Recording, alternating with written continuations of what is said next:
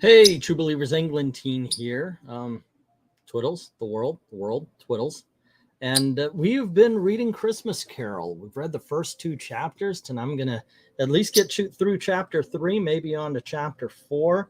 It's been a lot of fun. Not the biggest success as far as videos are concerned, but like I said, it's been a lot of fun. Those that did hear it say they liked it, so I hope you enjoyed as well. But this is chapter 3, so if you're brand new here, go on over, check out chapter 1 and 2. Listen to it while you're doing other things if you have to. I understand the video is not amazing because it's just me reading. But there you go. I try to be animated, though, because that's just the way I am when I'm doing the public speaking anyway. Let me share this out, and let's get going. I've got my trusty water here. And yeah, dude, I'm all set and ready. This is good. The reason why I started doing this is because I hadn't read the book in decades. And we all know the story, right? We know the basics, but what about all the details?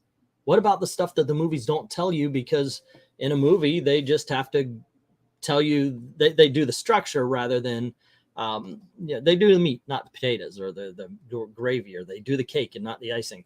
Anywho, that being said, I figure let's go on in. Hello to Austin. I clicked on the stream that said it was still waiting. I came in on an already streaming stream, but I just begun. So at least that much. All right. Once again, let me share this and let's get started. And I do apologize for any time I have to take a drink, but hey, sometimes it happens. What you gonna do? Stave 3. And once again, I love the fact that he calls it stave and not chapters. I guess that was the thing for the day. The second of 3 spirits. Awakening in the middle of a prodigiously tough snore and sitting up in bed to get his thoughts together, Scrooge had no occasion to be told that the bell was again upon the stroke of 1. He felt that he was restored to consciousness in the right nick of time for the especial purpose of holding a conference with a second messenger dispatched to him through Jacob Marley's intervention. But finding that he turned uncomfortably cold when he began to wonder which of his curtains this new specter would draw back, he put them every one aside with his own hand and laying down again established a sharp lookout all around the bed. For he wished to challenge the spirit on the moment of its appearance. It did not wish to be taken by surprise and made nervous. Gentlemen of the free and easy sort, who plume themselves on being acquainted with a move or two, and being usually equal to the time of day, express the wide range of their capacity for adventure by observing that they are good for anything from the pitch and toss to manslaughter, between which opposite extremes, no doubt, there lies a tolerably wide and comprehensive range of subjects. Without venturing for Scrooge quite as heartily as this, I don't mind calling on you to believe that he was ready for a good broad field of strange appearances, and that nothing between a baby and a rhinoceros would have astonished him very much. Now, being prepared for almost anything, he was not by any means prepared for nothing. And consequently, when the bell struck 1 and no shape appeared, he was taken with a violent fit of trembling. 5 minutes, 10 minutes, a quarter of an hour went by, yet nothing came. All of this he lay upon his bed, the very core and center of a blaze of ruddy light which streamed upon it when the clock proclaimed the hour, and which, being only light, was more alarming than a dozen ghosts. As he was powerless to make out what it meant or would be at, and was sometimes apprehensive that he might be at that very moment an interesting case of spontaneous combustion without having the consolation of knowing it. At last, however, he begun to think, as you or I would have thought at first, for it was always the person not in the predicament who knows what ought to have been done in it, and would unquestionably have done it too. At least, I say, he began to think that the source and the secret of the ghostly light might be adjoining the room, from whence, on further tracing it, it seemed to shine. This idea taking full possession of his mind, he got up softly and he shuffled in his slippers to the door. The moment Scrooge's hand was on the lock, a strange voice called him by his name and bade him enter. He obeyed. It was his own room. There was no doubt about that, but it had undergone a surprising transformation. The walls and the ceilings were so hung with living green that it looked like a perfect grove, from every part of which bright gleaming berries glistened. The crisp leaves of holly, mistletoe, and ivy reflected back the light, as if so many little mirrors had been scattered there, and such a mighty blaze went roaring up in the chimney as that dull petrification of hearth had never known in Scrooge's time, or Marley's, or for many and many a winter season gone. Heaped upon the floor to form a kind of throne were turkeys and geese, game poultry, brawn, great joints of meat, suckling pig, long wreaths of sausage, mince pies, plum puddings, barrels of oysters, red hot chestnuts, cherry-cheeked apples, juicy oranges, luscious pears, immense 12th cakes, and seething bowls of punch that made the chamber dim with their delicious steam. In easy state upon this couch there sat a jolly giant, glorious to see, who bore a glowing torch in shape not unlike Pliny's horn, and it held it up high to shed its light on Scrooge as he came peeping around the door. "Come in!" exclaimed the ghost. "Come in and know me better, man." Scrooge entered timidly and hung his head before the spirit. He was not the dogged Scrooge he had been, and though the spirit's eyes were clear and kind, he did not like to meet them. "I am the ghost of Christmas present," said the spirit. "Look upon me." Scrooge reverently did so. It was clothed in one simple green robe or mantle bordered with white fur. This garment hung so loosely on the figure that its capacious breast was bare, as if disdaining to be warded or concealed by any artifice. Its feet, observable beneath the ample folds of the garment, were also bare, and on its head it wore no other covering than a holly wreath, set here and there with shining icicles. Its dark brown curls were long and free as his genial face, and its sparkling eyes, its open hand, its cheery voice, its unconstrained demeanor, and its joyful air. Girded round its middle was an antique scabbard, but with no sword in it, and the ancient sheath was eaten up with rust. "You have never seen the like of me before," exclaimed the spirit. "Never," Scrooge made to answer. "Have never walked forth with the younger members of my family," meaning, for I am very young, my elder brothers born in these later years, pursued the phantom. "I don't think I have. I am afraid I have not. Have you had many brothers, spirit?" "More than 1,800, said the ghost. "A tremendous family to provide for," muttered Scrooge. The ghost of Christmas present rose. "Spirit," said Scrooge submissively, "conduct me where you will. I went forth last night on compulsion, and I learnt a lesson which is working now. Tonight, if you have aught to teach me, let me profit by it." "Touch my robe." Scrooge did as he was told and held it fast. Holly, mistletoe, red berries, ivy, turkey, geese, game, poultry, brawn, meat, pigs, sausage, oysters, pies, puddings, fruit, and punch all vanished instantly. So did the room, the fire, the ruddy glow, the hour of the night, and they stood in the city street on Christmas morning, where, for the weather was severe, the people had made rough but brisk and not unpleasant kind of music in scraping the snow from the pavement in front of their dwellings and from the tops of their houses, whence it was mad delight to the boys to see it come plumping down onto the road below and splitting into an artificial little snowstorms. The house fronts looked black enough and the windows blacker, contrasting with the smooth white sheet of snow upon the roofs and with the dirtier snow upon the ground, which last deposit had been plowed up in deep furrows by the heavy wheels of carts and wagons, furrows that crossed and recrossed each other of times where the great streets branched off and made intricate channels hard to trace in the thick yellow mud, ice, and water.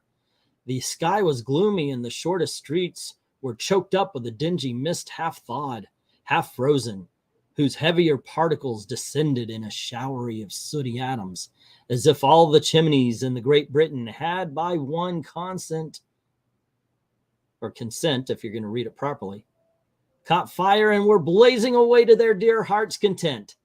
There was nothing very cheerful in the climate or the town, and yet there was an air of cheerfulness abroad that the clearest summer air and brightest summer sun might have endeavored to diffuse in vain.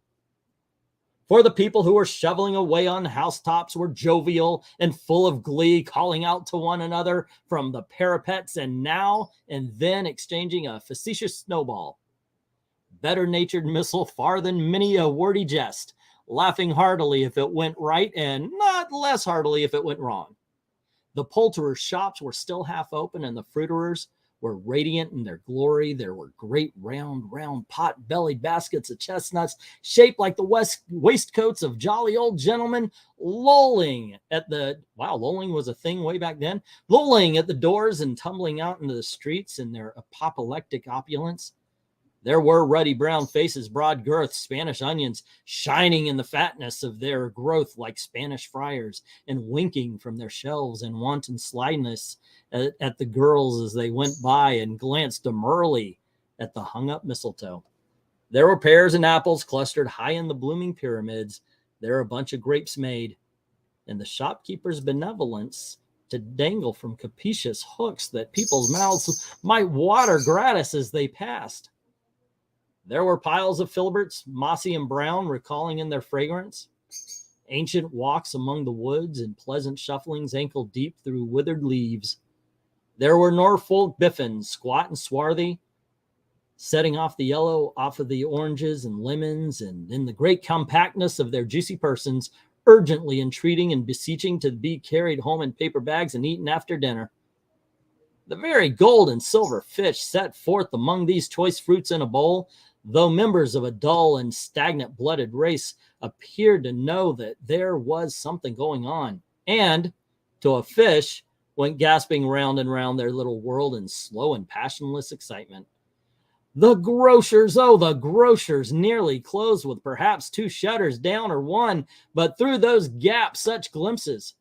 It was not alone that the scales descended on the counter made merry sound, or that the twine and roller parted company so briskly, or that the canisters were rattled up and down like juggling tricks, or even that the blended scents of tea and coffee were so grateful to the nose, or even that the raisins were so plentiful and rare, the almonds so extremely white, the sticks of cinnamon so long and straight, the other spices so delicious, the candied fruit so caked and spotted with molten sugar as to make the coldest lookers-on feel faint and subsequently bilious.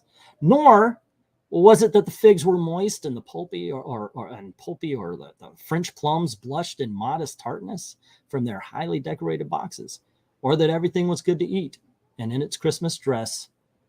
But the customers were also hurried and so eager in the hopeful promise of the day that they tumbled up against each other at the door, crashing their wicker baskets wildly, and left their purchases upon the counter and came running back to fetch them, and committed hundreds of the like mistakes in the best humor possible, while the grocer and his people were so frank and fresh that the polished hearts with which they fastened their aprons behind might have been their own worn outside for general inspection and for Christmas daws to peck at it as if they chose. But soon the steeples called good people-y all people-y. Let me try that again. But soon the steeples called good people all to church and chapel, and away they came, flocking through the streets in their best clothes and with their gayest faces. And at the same time, there emerged from scores of by streets, lanes, and nameless turnings innumerable people carrying their dinner to the baker shops. The sight of those poor revelers appeared to interest the spirit very much, for he stood with Scrooge beside him in a baker's doorway, and taking off the covers as their bearers passed, sprinkled incense on their dinners from his torch. And it was very uncommon kind of torch, for once or twice when there were angry words between some diner carriers who had jostled each other, he shed a few drops of water on them from it, and their good humor was restored directly. For they said it was a shame to quarrel upon Christmas Day, and so it was. God love it, so it was. In time, the bells ceased and the bakers were shut up, and yet there was a genial shadowing forth of all these dinners, and the progress of their cooking, and the thawed blotch of wet above each baker's oven, where the pavement smoked as if the stones were cooking too. Is there a peculiar flavor in what you sprinkle from your torch? Asked Scrooge. There is my own. Would apply to any kind of dinner on this day? Asked Scrooge. To any kindly given to a poor one most. Why to a poor one most? Because it's needed the most. Spirit, said Scrooge after the moment's thought. I wonder, you, of all the beings in the many worlds about us, should desire to cramp these people's opportunities of innocent enjoyment. I, cried the spirit, you would deprive them of their means of dining every seventh day of often the only day on which they can be said to dine at all, said Scrooge, wouldn't you? I, cried the spirit, you seek to close these places on the seventh day, said Scrooge, and it comes to the same thing. I seek, exclaimed the spirit. Forgive me if I am wrong.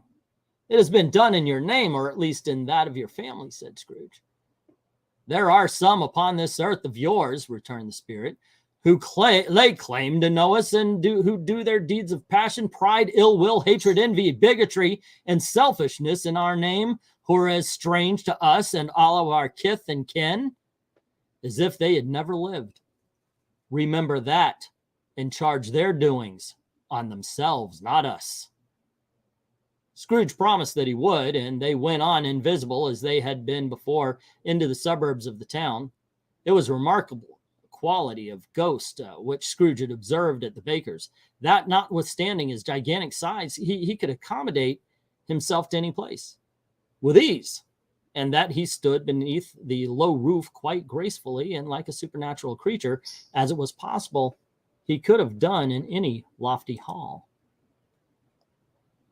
And perhaps it was the great pleasure the good spirit had in showing off of his power, or else it was his own kind of generous, hearty nature and his sympathy with all poor men that led him straight to the Scrooge's clerks, for there he went and took Scrooge with him, holding to his robe, and on to the threshold of the door the spirit smiled and stopped to bless Bob Cratchit's dwelling with a sprinkling of his torch. Think of that. Bob had but 15 bob a week himself he pocketed on Saturdays, but 15 copies of his Christian name, and yet the ghost of Christmas present blessed his four-roomed house. Then up rose Mrs. Cratchit's wife, dressed out but poorly in a twice-turned gown, but brave in ribbons, which are cheap and make goodly show for sixpence. And she laid a cloth assisted by Belinda Cratchit, his second of her daughters, also brave in ribbons, while Master Peter Cratchit plunged a fork into a saucepan of potatoes, and getting the corners of his monstrous shirt collar, Bob's private property conferred upon his son and heir in honor of the day, into his mouth. Rejoiced to find himself so gallantly attired, and yearned to show his linens in the fashionable parks. And now 2 smaller Cratchits, boy and girl, came tearing in, screaming that outside the baker's they had smelt the goose and known it for their own. And basking in luxurious thoughts of sage and onion, these young Cratchits danced about the table and exalted Master Peter Cratchit to the skies, while he, not proud, although his collars nearly choked him, blew the fire until the slow potatoes bubbled up, knocked loudly at the saucepan lid to be let out and peeled. What has ever got your precious father then? Said Mrs. Cratchit. And your brother, Tiny Tim. Did they name him Tiny? And Martha warn't as late last Christmas Day by half an hour. Here's Martha, mother, said a girl, appearing as she spoke. Here's Martha, mother, cried the 2 young Cratchits. Hurrah! There's such a goose, Martha.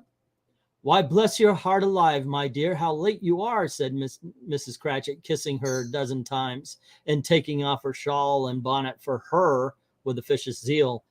We'd a deal of work to finish up last night, replied the girl, and had to clear away this morning, mother. Well, never mind, so long as you are come, said Mrs. Cratchit. Sit ye down before the fire, my dear, and have a warm. Lord bless ye. No, there's father coming, cried the 2 young Cratchits, who were everywhere at once. Hide, Martha, hide. So Martha hid herself, and in came little Bob and father, with at least 3 feet of comforter, exclusive of the fringe, hanging down before him, and his threadbare clothes darned up and brushed to look seasonable. And Tiny Tim upon his shoulder. Alas for Tiny Tim, He bore a little crutch and had his limbs supported by an iron frame. "Why, where's Aunt Martha?" cried Bob Cratchit, looking around. "Not coming," said Mrs. Cratchit. "Not coming," said Bob with a sudden declination in his high spirits, for he had been Tim's blood horse all the way from church and had come home rampant. "Not coming home on Christmas Day?" Martha didn't like to see him disappointed, if it were only a joke, even if it were only a joke. So she came out prematurely from behind the closet door and ran into his arms while the two young Cratchits hustled Tiny Tim and bore him off into the wash house, that he might hear the pudding singing in the copper. "And how did little Tim behave?" asked Miss Cratchit, when she had rallied Bob on his credulity. And sorry, guys. And Bob had hugged his daughter to his heart's content. All right, let me take a little break here because I do need some water, and I'll read some. I've learned recently that staves instead of chapters are uniquely Dickens. He wrote it to be read in more of a singing voice. Oh, okay, so I should be singing this. And actually, no, it wasn't spelled lulling. It was spelled lolling, Lolling. That's why I thought it was kind of funny. Once again, excuse me. Had to do that. All right. Back to business. "As good as gold," said Bob, "and better. Somehow he gets thoughtful sitting by himself so much and thinks the strangest things you've ever heard. He told me coming home that he hoped the people saw him in the church because he was a cripple, and it might be pleasant to them to remember upon Christmas Day who made lame beggars walk and blind men see." Bob's voice was tremulous when he told them this, and trembled more when he said that Tiny Tim was growing strong and hearty. His active little crutch was heard upon the floor, and back came Tiny Tim before another word was spoken, escorted by his brother and sister to his stool before the fire. And while Bob's turning up his cuffs as if, poor fellow, they were capable of being made more shabby, and compounded some hot mixture in a jug with gin and lemons and stirred it around and round and put on the hob to simmer, Master Peter and the two ubiquitous young Cratchits went on to fetch the goose, with which they soon returned in high procession. Such a bustle ensued that you might have thought a goose rarest of all birds, and a feathered phenomenon to which a black swan was a matter of course. And in truth, it was something very like it in that house. Miss Cratchit made the gravy ready beforehand in a little saucepan, hissing hot. Master Peter mashed the potatoes with incredible vigor. Miss Belinda sweetened up the applesauce. Martha dusted the hot plates. Bob took Tiny Tim beside him in a tiny corner at the table, with two young Cratchits set chairs for everybody. Not forgetting themselves and mounting guard upon their posts, crammed spoons into their mouths, lest they should shriek for goose. Before their turn came to be helped, at last the dishes were set on, and grace was said. It was succeeded by a breathless pause as Mr. Cratchit, looking slowly all along the carving knife, prepared to plunge it in the breast. But when she did, when the long-expected gush of stuffing issued forth, one murmur of delight arose all around the board, and even Tiny Tim, excited by the two young Cratchits, beat on the table with the handle of his knife and feebly cried, "Hurrah!" "There never was such a goose," Bob said. He didn't believe there ever was such a goose cooked. Its tenderness and flavor, size and cheapness were the themes of universal admiration, eked out by applesauce and mashed potatoes. It was a sufficient dinner for the whole family. Indeed, as Mrs. Cratchit said, with great delight, surveying one small atom of a bone upon the dish, they hadn't ate it all at last. Yet every one had had enough, and the youngest Cratchits in particular were steeped in sage and onion to the eyebrows. But now, the plates being changed by Miss Belinda, Miss Cratchit left the room alone, too nervous to bear witness, to take the pudding up and bring it in. Suppose it should not be done enough. Suppose it should break in turning out. Suppose somebody should have got over the wall of the backyard and stolen it while they were merry with the goose. A supposition at which the two young Cratchits became livid. All sorts of horrors were supposed. Hallo! A great deal of steam. The pudding was out of the copper, a smell like a washing day that was a cloth, a smell like an eating house, and a pastries cooked next door to each other with a laundress next door to that. That was the pudding. In half a minute, Mrs. Cratchit entered the flushed but smiling proudly with the pudding like a speckled cannonball, so hard and firm, blazing in half a quartine and ignited brandy in bedlight with Christmas holly stuck to the top. Oh, a wonderful pudding, Bob Cratchit said, and calmly too, that he regarded it as the greatest success achieved by Mrs. Cratchit since their marriage. Mrs. Cratchit said that now the weight of was off of her mind. She would confess she had her doubts about the quantity of flour. Everybody had something to say about it, but nobody said or thought it was at all a small pudding for a large family.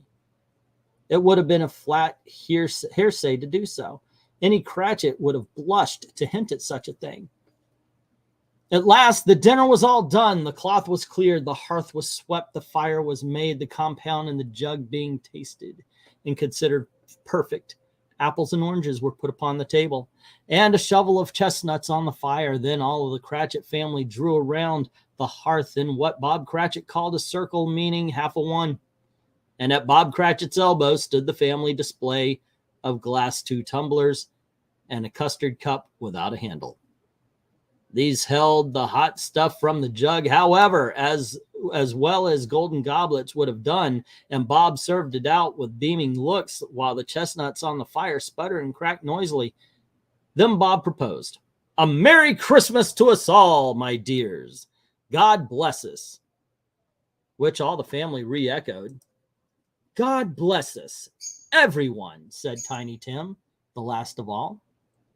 He sat very close to his father's side upon his little stool. Bob held his withered little hand in his, and as if he loved the child and wished to keep him by his side and dreaded that he might be taken from him. "Spirit," said Scrooge with an interest he had never felt before, "tell me if Tiny Tim will live." "I see a vacant seat," replied the ghost, "in the poor chimney corner, and a crutch without an owner, carefully preserved. If these shadows remain unaltered by the future, the child will die." "No, no," said Scrooge. "Oh, no, kind spirit, say he will be spared." "If these shadows remain unaltered by the future, none other of my race," returned the ghost, "will find him here. What then? If he be like to die, he had better do it and decrease the surplus population."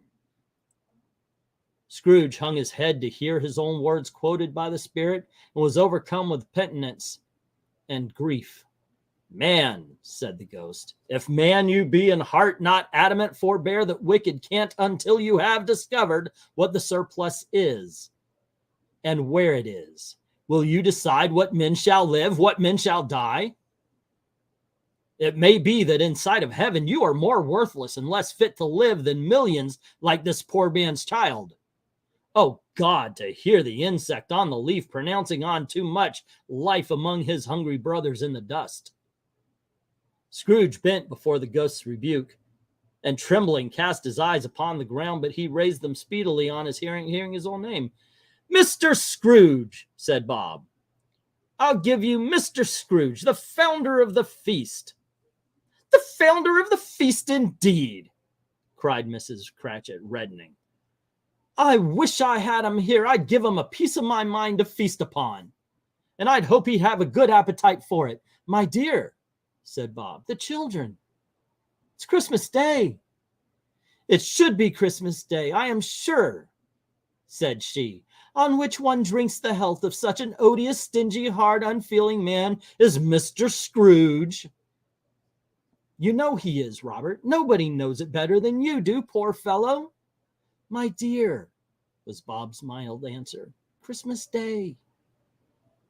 "I'll drink his health for your sake and the day's," said Mrs. Cratchit, "not for his. Long life to him, a Merry Christmas and a Happy New Year. He'll be very merry and very happy, I have no doubt." The children drank the toast after her. It was the first of their proceedings, which had no heartiness. Tiny Tim drank it last of all, but he didn't care 2 pence for it. Scrooge was the ogre of the family. The mention of his name cast a dark shadow on the party, which was not dispelled for the full 5 minutes. After it had passed, they were 10 times merrier than before from the mere relief of Scrooge, the baleful being done with. Bob Cratchit told them how he had a situation in his eye for Master Peter, which would bring in, if obtained, full 5 and 6 pence weekly. The two young Cratchits laughed tremendously at the idea of Peter's being a man of business, and Peter himself looked thoughtfully at the fire from between his collars as if he were deliberating what particular investments he should favor when he came into his receipt of the bewildered income. Martha, who was a poor apprentice at a milliner's, then told him what kind of work she had to do and how many hours she worked at it, a stretch, and how she meant to lie abed tomorrow morning for a good long rest. Tomorrow being a holiday, she passed at home. Also, how she had seen a countess and a lord some days before, and how the lord was much about as tall as Peter, at which Peter pulled up his collar so high that you couldn't have seen his head if you had been there. All this time, the chestnuts and the jug went around and round, and by they had a song about a lost child traveling in snow from Tiny Tim, who had a plaintive little voice and sang it very well indeed. There was nothing of high mark in this. They were not a handsome family. They were not well dressed. Their shoes were far from being waterproof. Their clothes were scanty. And Peter might have known, and very likely did, the inside of a pawnbroker's.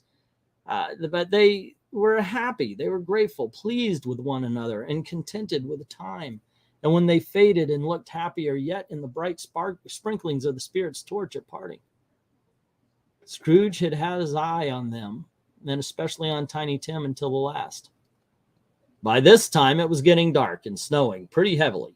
And as Scrooge and the Spirit went along the streets, the brightness of the roaring fires in kitchens, parlors, and all sorts of rooms was wonderful. Here the flickering of the blaze showed preparations for a cozy dinner, with hot plates baking through and through before the fire and deep red curtains ready to be drawn to shut out cold and darkness. There, all of the children of the house were running out into the snow to meet their married sisters, brothers, cousins, uncles, aunts, and be the first to greet them. Here again were shadows on the window blind of guests assembling there, a group of handsome girls, all hooded and fur-booted and chatting at once, tripped lightly off to some near neighbor's house, where woe upon the single man who saw them enter. Artful witches, well, they knew it in a glow. But if you had judged from number of people on their way to a friendly gathering, you might have thought that no one was at home to give them welcome. When they got there, instead of every house expecting company and piling up its fires half chimney high, blessings on it. How the ghost exulted, how it bared its breadth of breast and opened its capacious palm and floated on, outpouring with a generous hand its bright and harmless mirth on everything within its reach. The very lamplighter who ran on before, dotting the dusty streets with specks of light, and who was dressed to spend the evening somewhere, laughed out loudly, and the Spirit passed through the little kinned lamplighter that he had any company but Christmas. And now, without a word of warning from the ghost, they stood upon a bleak and desert moor, where monstrous masses of rude stone were cast about as though it were the burial place of giants, and water spread itself wheresoever it listed, or would have done so but for the frost that held it prisoner. And nothing grew but moss and furze and coarse rank grass. Down in the west the setting sun had left a streak of fiery red, which glared upon the desolation for an instant like a sullen eye. And frowning lower yet, was lost in the thick gloom of darkness. What place is this? Asked Mr. Scrooge. A place where miners live, who labor in the bowels of the earth, returned the Spirit. But they know me, see? A light shone from the window of a hut, and swiftly they advanced toward it. All righty. Hello, guys. Let me take another break. Maybe it was more like the word lollygag. Yeah, that's what I kind of figured, because the modern LOL is just, I know, I was just kidding when I mentioned it anyway. In a way that only internet can create, etymology. How you doing, Bianca? What's up? I wonder if Dickens was anti-Malthusian. I do not know what's Malthusian. That's one of those things I've always heard, never understood. Probably nodded a couple of times as if I did understand it. Never did. Ooh, there we go. Okay, sorry about that. Oh, and hello, and thank you very much for the super chat, One Slick Dude, saying, well done, England. And I appreciate it. I'm having fun. I'm enjoying the story. Not a huge audience, though, for it, but it's okay. I in all honesty, I don't care. It's good time. But I haven't read this. I have read this book a long time ago. This time around, I've got to admit something. Last time I was reading it, I was kind of in two worlds. I'm getting into the story when I'm reading it. You know how as you're reading, you just kind of, it's like that Ready Player One when he puts on thing, you go right into that world. I got to admit, I've entered it a couple of times during this reading and have forgotten that I was actually doing a show. So I do apologize. I hope the narration is at least a little bit entertaining. Passing through a wall of mud and stone, they found a cheerful company assembled round a glowing fire. An old man and woman with their children and their children's children, and another generation beyond that, all decked out gaily in their holiday attire. The old man, in a voice that seldom rose above a howling of the wind upon the barren waste, was singing them a Christmas song. And it had been very old, sung when he was a boy, and from time to time they all joined in the chorus. So surely as they raised their voices, the old man got quite blithe and loud, and so surely as they stopped his vigor and sank again. The spirit did not tarry here, but bade Scrooge hold his robe, and passing on above the moor sped whither. Okay, I do want to stop for this. I know we talked about movies and such. One thing I like about that 2009 Disney one with Jim Carrey was that they actually had this in the movie. You don't have this in other movies where basically the room is shining. You can see the floor and below them, the floor was showing the city. All righty. Here we go. Not to see, to Scrooge's horror. Looking back, he saw the last of the land and frightful range of rocks behind him, and his ears were deafened by the thundering of water as it rolled and roared and raged among the dreadful caverns it had worn and fiercely tried to undermine the earth, built upon a dismal reef of sunken rocks some league or so from the shore, with the waters chafed and dashed the wild year through. That stood the solitary lighthouse. Great heaps of seaweed clung to its basin. The storm birds, born of the wind, one might suppose, as seaweed of the water rose, fell about it like the waves they skimmed. But even here, two men who watched the light and had made a fire that through the loophole in the thick stone wall shed out a ray of brightness on the awful sea. Joining their horny hands over a rough table at which they sat, they wished each other Merry Christmas in their can of grog. And one of them, the elder too, with his face all damaged and scarred within the hard weather as the figurehead of an old ship might be, struck up a sturdy song that was like a gale in itself. Again, the ghost sped on above the black and heaving sea, on and on until, being far away as he told Scrooge from any shore, they lighted on a ship. They stood beside the helmsman at the wheel. They look out in the bow, the officers who had the watch, dark, ghostly figures in their several situations. But every man among them hummed a Christmas tune, or had a Christmas thought, or spoke below his breath to his companion of some bygone Christmas day, with the homeward hopes belonging to it. And every man aboard, waking or sleeping, good or bad, had had a kinder word for another on that day than on any day of the year, and had shared to some extent in its festivities, and had remembered those he cared for at a distance, and had known that they delighted to remember him. It was a great surprise to Scrooge, while listening to the moaning of the wind and thinking what a solemn thing it was to move on through the lonely darkness over an unknown abyss whose depths were secret as profound as death. It was a great surprise to Scrooge, while thus engaged, To hear a hearty laugh, it was much greater surprise to Scrooge to recognize it as his own nephew's, and to find himself in a bright, dry, gleaming room with the spirit standing smiling beside him and looking at that same nephew with approving affability. Ha ha ha, laughed Scrooge and nephew. Ha ha ha. If you should only happen by any unlikely chance to know a man more blessed in a laugh than Scrooge's nephew, all I could say is, I should like to know him too. Introduce him to me, and I will cultivate his acquaintance. It is a fair and even-handed, noble adjustment of things that while there is an affection in disease and sorrow, there is nothing in the world so irresistibly contagious as laughter and good humor. When Scrooge's nephew laughed in this way, holding his sides, rolling his head, and twisting his face into the most extravagant contortions, Scrooge's niece by marriage laughed as heartily as he, and their assembled friends, being not a bit behind-handed, roared out lustily, "Ha ha ha ha ha ha! He said that Christmas was humbug, as I live!" cries Scrooge's nephew. "He believed it too!" "More shame for him, Fred," said Scrooge's niece indignantly. "Bless those women, they never do anything by halves. They are always in earnest." She was very pretty, exceedingly pretty, with dimpled, surprised-looking capital face, a ripe little mouth that seemed made to be kissed. There's no doubt it was all kinds of good little dots about her chin that melted into one another when she laughed, and the sunniest pair of eyes you've ever saw in any creature's head.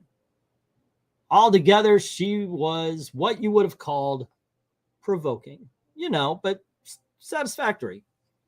"He's a comical old fellow," said Scrooge's nephew. "That's the truth, and not so pleasant as he might be. However, his offenses carry their own punishment, and I have nothing to say against him." "I'm sure he is very rich, Fred," hinted Scrooge's niece. "At least you always tell me so." "What of that, my dear?" said Scrooge's nephew. "His wealth is of no use to him. He don't do any good with it. He don't make himself comfortable with it. He hasn't the satisfaction of thinking that he is ever going to benefit us with it." "I have no patience with him," observed Scrooge's niece. Scrooge's niece's sister and all the other ladies expressed the same opinion. "Oh, I have," said Scrooge's nephew. "I am sorry for him. I couldn't be angry with him if I tried. Who suffers by his ill whims? Himself always. Here he takes it into his head to dislike us, and he won't come and dine with us. What's the consequence? He don't lose much of a dinner." "Indeed, I think he loses a very good dinner," interrupted Scrooge's niece. Everybody else said the same, and they must be allowed to have competent judges, because they had just had dinner, and with the dessert upon the table, were clustered around the fire by lamplight. "Well, I'm very glad to hear it," said Scrooge's nephew, "because I haven't had faith in these young housekeepers. What do you say, Topper?" Topper had clearly got his eye upon one of Scrooge's niece's sisters, for he answered that a bachelor was a wretched outcast who had no right to express an opinion on the subject. Whereat Scrooge's niece's sister, the plump one with the lace tucker, not the one with the roses, the blushed. "Do go on, Fred," said Scrooge's niece, clapped her hands. "He never finishes what he begins to say. He is such a ridiculous fellow." Scrooge's niece reveled in another laugh, and as it was impossible to keep the infection off, though the plump sister tried hard to do it with her aromatic vinegar, his example was unanimously followed. "I was only going to say," said Scrooge's nephew, "that the consequence of his taking to dislike us and not making merry with us is, as I think, that he loses some pleasant moments, which could do him no harm. I am sure he loses pleasanter companions than he can find in his own thoughts, either in his moldy office or his dusty chambers. I mean to give him the same chance every year, whether he likes it or not, for I pity him. He may rail at Christmas till he dies, but he can't help thinking better of it. I defy him. If he finds me going there in good temper year after year and saying, 'Uncle Scrooge, how are you?' if it only puts him in the vein to leave his poor clerk 50 pounds, that's something. And I think I shook him yesterday."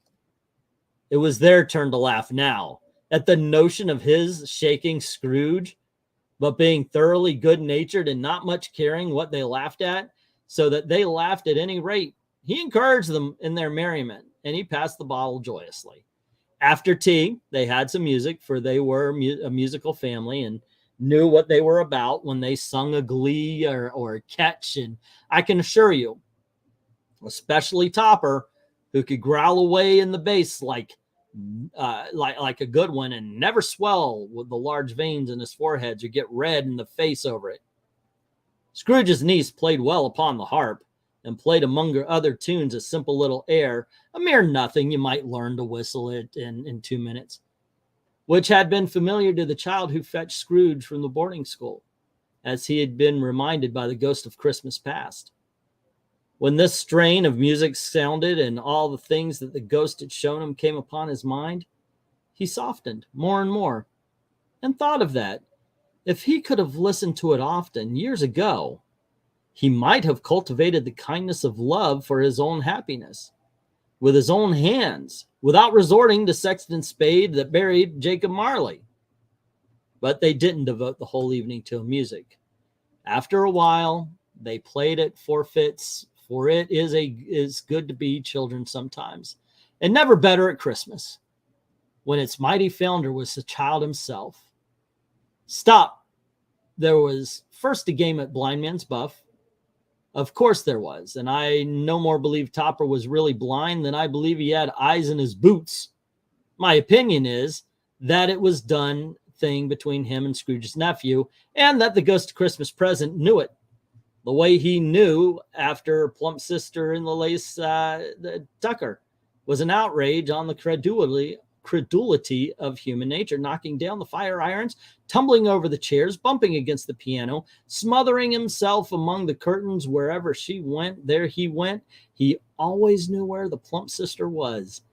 He wouldn't catch anybody else. If you had fallen against him, as some of them did on purpose, he would have made a feint endeavoring to seize you, which would have been an affront to your understanding, and would have instantly have sidled off into the direction of the Plump Sister. She often cried out that it wasn't fair, and it really was not. But when at last he caught her, when in spite of her silken rustlings and her rapid flutterings past him, he got her into a corner. Down, bow, wow, wow, down. Yeah, whence there was no escape. Then his conduct was the most execrable, for his pretending not to know her, his pretending that it was necessary to touch her headdress, and further to assure himself of her identity by pressing a certain ring upon her finger and a certain chain about her neck, was a vile monstrous. No doubt she told him of her opinion of it. When another blind man being in office, they were so very confidential together behind the curtains. Scrooge's niece was not one of the Blind Man Buff's party, but was made comfortable with a large chair and a footstool in a snug corner where the ghost and Scrooge were close behind her. But she joined in the forfeits, and she loved her love to admiration with all the letters of the alphabet, likewise at the game of how, when, and where. She was a very great, and to the secret drawer of Scrooge's nephew, beat her sisters hollow. Though they were sharp girls too, as I could have told you. There might have been 20 people there, young and old, but they all played, and so did Scrooge. For, wholly forgetting the interest he had in what was going on, that his voice made no sound in their ears, and he sometimes came out with his guess quite loud, and very often guessed quite right too. For the sharpest needle, best Whitechapel warranted not to cut in the eye, was not sharper than Scrooge, blunt as he took it in his head to be. The ghost was greatly pleased to find him in this mood, and looked upon him with such favor that he begged like a boy to be allowed to stay until the guest departed. But this spirit said it could not be done. "Here's a new game," said Scrooge. "1 half-hour, spirit only one." It was a game called Yes and No, where Scrooge's nephew had to think of something, and the rest must find out what it is. He only answers to the questions yes and the only answer to their questions is yes and no. The brisk fire of questionings to which he was exposed elicited from him that he was thinking of an animal. A live animal, rather a disagreeable animal, a savage animal, an animal that growled and grunted sometimes and talked sometimes and lived in London and walked about the streets and wasn't made a show of and wasn't led by anybody and didn't live in a menagerie. It was never killed in a market and was not a horse or an ass or a cow or a bull or a tiger or a dog or a pig or a cat or a bear. At every fresh question that was put to him, this nephew burst into a fresh roar of laughter and was so inexpressibly tickled that he was obliged to get up off the sofa and stamp. At last, the plump sister, falling into a similar state, cried out, "I have found it! I know what it is! Fred, I know what it is!" "What is it?" cried Fred. "It's your Uncle Scrooge!" Which it most certainly was. Admiration was the universal sentiment, though some objected that the reply to "Is it a bear?" ought to have been answered yes, inasmuch as an answer in the negative was sufficient to have diverted their thoughts from Mr. Scrooge, supposing they had ever had any tendency to do so. "He has given us plenty of merriment, I am sure," said Fred, "and it would be ungrateful not to drink to his health. Here is a glass of mulled wine ready to our hand at the moment, and I say, Uncle Scrooge!" "Well, Uncle Scrooge," they cried. "A Merry Christmas and a Happy New Year to that old man, whatever he is," says Scrooge's nephew. "He wouldn't take it from me, but he may have it nevertheless, Uncle Scrooge." Uncle Scrooge had imperceptibly become so gay and light of heart that he would have pledged the unconscious company in return and thanked them in an inaudible speech if the ghost had given him time, but the whole scene passed off in the breath of a last word spoken by his nephew, and he and the spirit were again upon their travels. Much they saw, and very far they went, and many homes they visited, but always with a happy end. The spirit stood beside sick beds, and they were cheerful on foreign lands, and they were close at home by struggling men, and they were patient in their greater hope by poverty, and it was rich in almshouse, hospitals, and jails, and miseries, every refuge where vain man in his little brief authority had not made fast the door and barred the spirit out. He left his blessing and taught Scrooge his precepts. It was a long night, if it were only a night. But Scrooge had his doubts of this because the Christmas holidays appeared to be condensed into space and time. They passed together. It was strange. It was strange, too, that while Scrooge remained unaltered in his outward form, the ghost grew older and clearly older. Scrooge had observed this change but never spoke of it until they left a children's 12th night party. When looking at the spirit as they stood together in an open place, he noticed that his hair was gray. "Are spirits' lives so short?" asked Scrooge. "My life upon this globe is very brief," replied the ghost. "It ends tonight." "Tonight!" cried Scrooge. "Tonight at midnight. Hark! The time is drawing near." The chimes were ringing the 3/4 past 11 at that moment. "Forgive me if I'm not justified in what I ask," said Scrooge, but looking intently at the spirit's robe, "but I see something strange and not belonging to yourself protruding from your skirts. Is it a foot or a claw?" "It might be a claw, for the flesh there is upon it." It was the spirit's sorrowful reply. "Look here." From the foldings of its robe it brought 2 children, wretched and abject, frightful, hideous, miserable. They knelt down at its feet and clung upon the outside of his garment. "Oh, man, look here, look down here," exclaimed the ghost. They were a boy and a girl, yellow, meager, ragged, scowling, wolfish, but prostrate, too, in their humility. Where graceful youth should have filled their features out and touched them with its freshest tints and stale and shriveled hands like that of an age had pinched and twisted them and pulled them into shreds, where angels might have sat enthroned, devils lurked and glared out menacing. no change, no degradation, no perversion of humanity in any grade. Through all the mysteries of the wonderful creation, has monsters half so horrible and dread. Scrooge started back appalled. Having them shown to him in this way, he tried to say they were fine children, but the words choked themselves rather than be parties to a lie of such enormous magnitude. Spirit, are they yours? Scrooge could say no more. They are man, said the spirit, looking down upon them.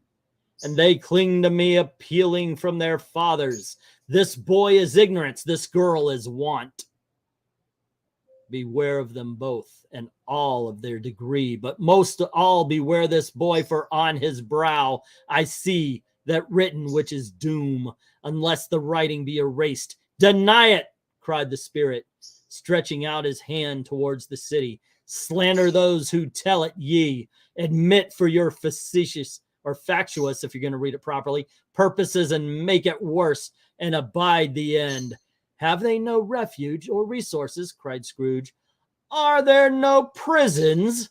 Said the spirit, turning on him for the last time with his own words. Are there no workhouses? The bell struck 12. Scrooge looked about him for the ghost and saw it not. As the last stroke ceased to vibrate, he remembered the prediction of old Jacob Marley and lifted up his eyes. Behold, and solemn, phantom draped and hooded, coming like a mist along the grounds towards him. And there you go, ladies and gentlemen. That was chapter 3 of A Christmas Carol. All righty. Thank you very much for hanging out. And once again, thank you very much for the super chats to One Slick Dude. And I certainly appreciate that. And I hope you guys enjoyed the reading. Let me know what you think in the comments below. And as always, thank you very, very much for watching. All right. And what did you guys in the chat think? That was actually an ending I did. That way I can edit it in case I move forward, but I can edit the video right there. What did you guys think? Did you like about this last chapter? What was there that you're not used to? What was not? Obviously, only the 2009 Scrooge I've ever seen want and ignorance in the 2009 show. I thought that was pretty cool. Beyond that, yeah, I think it's kind of funny because as I'm reading, most of us know this story from the movie. So as I'm reading this show, I'm actually seeing pieces and parts. It's like if you watch a whole bunch of Christmas Carol movies, you're going to get the whole story at a certain point, it seems to be.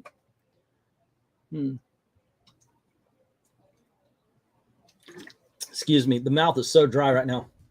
All righty. Malthusian is someone who agrees with the 1800 philosopher Thomas Malthus, who created the philosophy of humanity being a cancer that needs its population and controlled. Let's see, it's very popular on the left from what you're describing. But did I have an extended family member or family similar to this one? Very social, full of musical talent, especially at Christmas parties. I love that kind of thing. I miss that kind of thing. When I grew up, and I blame my generation. When I grew up, we all gathered at grandma's house. The matriarch of the family. Our family is, in fact, a matriarch. And everybody would just gather. My cousins, we would have a great time playing around. My uncles, aunts, there were like, 6 or 7 of us cousins. And we got along. I mean, we fought sometimes, but we got along for the most part. One of my favorite memories of Christmas time, I couldn't tell you. Actually, I could tell you what I got for Christmas because present-wise, it was the worst Christmas I ever had. I guessed everything. And that was the very last Christmas I ever touched a present before Christmas. Because I picked up a box and went, oh, this is this, or oh, okay, this is this. So as I opened them, I wasn't surprised. I never had that feeling that Christmas, and that's the only reason. I mean, I got a good Casio keyboard that I learned how to play a little bit of piano on, and some other toys. But what I really remember about that Christmas was the Christmas Eve where the families converged and we had a great dinner, and then we went out and we played Star Wars and We played other games. We had a swing set that one would end up it had a bucket that would swing back and forth. That would be the Millennium Falcon, and it was so stupid. It was so fun just using it. And then we of course played hide and seek. The yard was huge. We played hide and seek and all sorts of other games, and that's what I remember of it. That's one of the best. Having a big family like that, it's freaking gorgeous. Love it. I've been liking this. Thank you, Austin. Thank you. The Richard Williams 70s animated one had Want and Need. Oh, okay. I don't know if I've ever seen that one before. The descriptions of the surroundings of the spirit, which the movie failed to convey in the equal. Yeah, it's very entertaining. Very entertaining going through and seeing the details to everything. They always seem to fall short of the book. The book really does lay it out for you. So, yeah, I agree with you on that. But anyway, guys, I do have to pick up my daughter from work, so I'm not going to be doing Chapter 4 until tomorrow, the Ghost of Christmas Future till tomorrow. But thank you for those of you who stayed and listened. And if you're new, or actually, if y'all don't mind sharing and leaving a comment when it gets posted, that helps. I've watched the view count a little bit, and it never really got past 8. So once again, these aren't popular, but they sure are fun. And you know what? Thank you very much for listening in. For those of you who did, one Slick Dude and Austin P. Thank you very much. And as always, thank you very, very much for watching. Have a good night.